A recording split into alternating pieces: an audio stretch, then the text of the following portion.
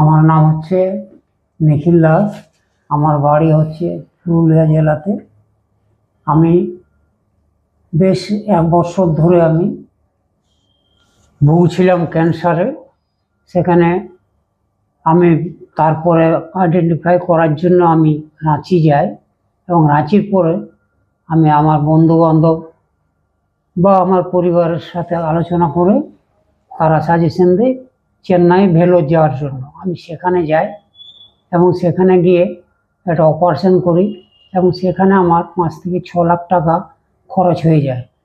কিন্তু আমার কাজ কিছুই হয়নি, একটা কেবল অপারেশন করে ছেড়ে দিয়েছে, এবং সেটিও ভুল করেছে। ভেলোর থেকে আসার পর এখানে কলকাতাতে ডক্টর এফসিত মিশ্রা স্যারকে দেখালাম। উনি বলল 3rd স্টেজ রেক্টাল ক্যান্সার আছে।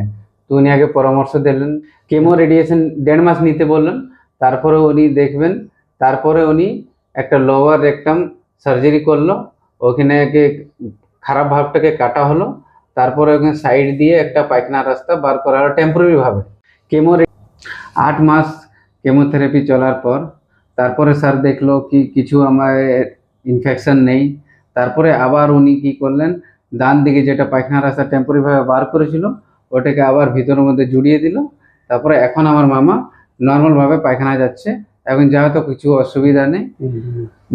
মে মাসে 24/2024 থেকে এখন এপ্রিল 2026 অবধি উনি এখন ঠিক আছে। শুধু মাসে মাসে আমাকে স্যারের সাথে ফলো আপ করতে হয়, যাতে উনি ফলো আপে যা যা ডাইরেকশন দেয়, যা যা আমার গাইডলাইন্স দেয় সেই অনুসারে চলি।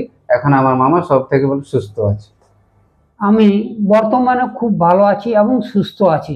আমি পরামর্শ করছি আমাদের বিশেষ করে পুরুলিয়া বা বাঁকুড়ার লোক, আমরা যাই চেন্নাই বা ভেলোর এই সমস্ত জায়গায় যায়, কিন্তু না গিয়ে আমরা যদি কলকাতায় আমার ভালো আমার যে ডাক্তারবাবু পেয়েছি এবং আরও যে চিকিৎসক যারা আছেন, তারা কিন্তু আমার চিকিৎসা আমি যেটা দেখেছি কলকাতাতে অনেক ভালো এবং কম খরচে হয়।